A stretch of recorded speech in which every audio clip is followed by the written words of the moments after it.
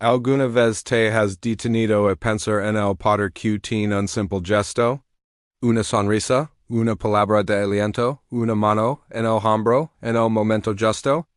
A menudo subestimamos estas pequeñas acciones, pensando que son insignificantes en el gran esquema de las cosas. Pero hoy quiero contar una historia real, que demuestra cómo un pequeño gesto puede, literalmente, cambiar una vida entera. Nuestra historia comienza con un joven llamado Marcos. Marcos no era diferente a muchos otros jóvenes de su edad. Tenía sueños, aspiraciones, pero también cargaba con un peso enorme sobre sus hombros, una profunda sensación de soledad y la creencia de que no encajaba en ningún lugar. Creencia sintiéndose invisible, como si caminara entre la gente sin que nadie notara su presencia. En la escuela, los pasillos se sentían como un océano y él era un náufrago a la deriva. Veía a sus compañeros reír, formar grupos, compartir secretos, y él siempre estaba en la periferia, observando desde lejos. Esta sensación de aislamiento se convirtió en una nube gris que lo seguía a todas partes. Empezó a creer en las voces negativas de su cabeza que le decían que no era lo suficientemente bueno, lo suficientemente interesante, lo suficientemente valioso. Su autoestima se desmoronaba día a día.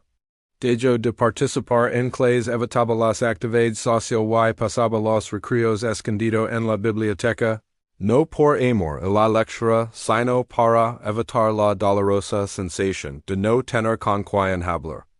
Sus calificaciones, antes brillantes, comenzaron a caer en picada. Sus padres, preocupados, intentaban hablar con él, pero Marcos había construido un muro a su alrededor, convencido de que nadie podría entender lo que sentía.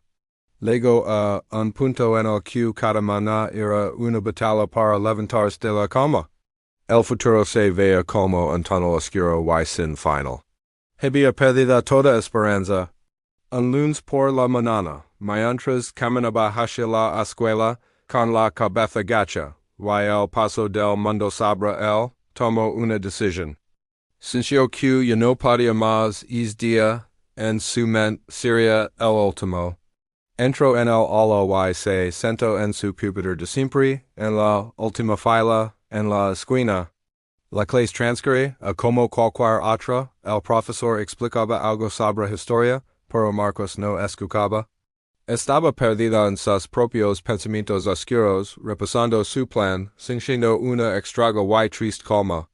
Estaba tan absorto en su miseria que no se dio cuenta cuando una de sus compañeras, Laura, se le acercó. Laura era una chica que siempre parecía tener una sonrisa en el rostro. No era la más popular, pero era amable con todos.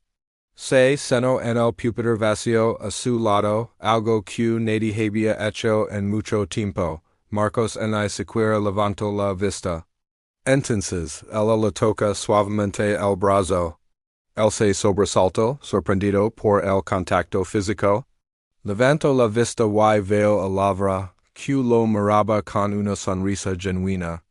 Hoy, guió ella en voz baja para no interrumpir la clase. Note que se te caerán tus lápices al entrar. Los recogí por ti. Y le entregó un par de lápices que, efectivamente, se le habían caído del estuche que se diera cuenta.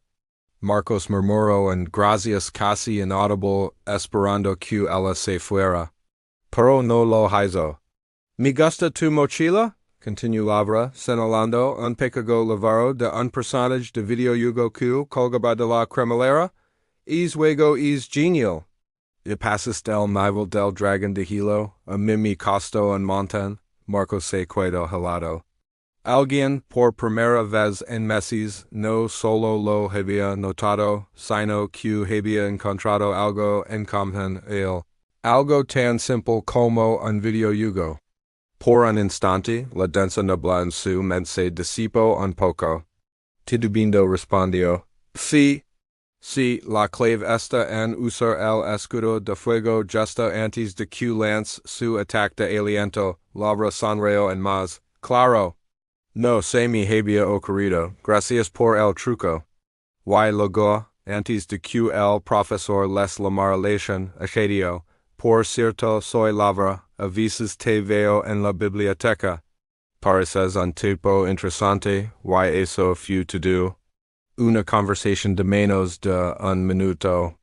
Unos lápices recogidos del suelo, un comentario sobre un libro, un gesto minúsculo en la inmensidad de un día escolar.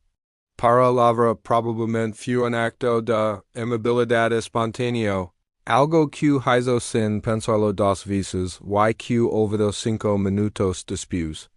Pero para Marcos, esas pocas palabras fueron un ancla, fueron un salvavidas lanzado a un hombre que se ahogaba. Por primera vez en mucho tiempo, alguien lo había visto. No como el chico raro y calado del fondo de la clase, sino como una persona, alguien con intereses, alguien interesante. La palabra resonó en su cabeza. Interesante. Es pequeño momento rompió el hechizo oscuro que lo envolvía. La idea de que sería su último día se desvaneció, reemplazada por una chispa de curiosidad. Y si Lavra tenía razón. Y si no era tan invisible como pensaba. Ese día Marcos no levó a serio su plan. Volvió a casa y por primera vez en semanas, sin él un ligero alivio. La conversación con Lavra, tan breve y trivial, le había dado algo a lo que aferrarse. La prueba de que la conexión humana era posible, incluso para la mañana siguiente, al ver a Lavra en el pasillo, en lugar de bajar la mirada como siempre, Marcos hizo acopio de todo su coraje y le dedicó un tímido saludo. Ella le devolvió el saludo con su habitual sonrisa radiante. Es pequeño intercambio fue otro ladrillo en la reconstrucción de su mundo. Poco a poco, Marcos comenzó a salir de su caparazón. Empezó a hablar más, no solo con Lavra, sino con otros compañeros que comparten sus intereses. Descubrió que no era el único al que le gustaban los videojuegos o los libros de fantasía. Encontró su tribu, su pequeño grupo de amigos. Sus califications mejoraron, volvió a sonreír y, lo más importante, redescubrió su propio valor. Ecos después, ya en la universidad, Marcos se reencontró con Lavra en una reunión de antiguos alumnos. Se acercó a ella y le dijo, probablemente no te acuerdas de mí y puede que esto suene muy extraño, pero quiero dar las gracias. Un día hace mucho tiempo en clase de historia me hablaste. Me salvaste la vida.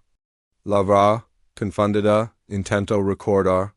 No tenía una idea de qué momento específico hablaba él, para ella había sido solo una de las miles de pequeñas interacciones que tienes en la vida. Y esa es la parte más poderosa de esta historia.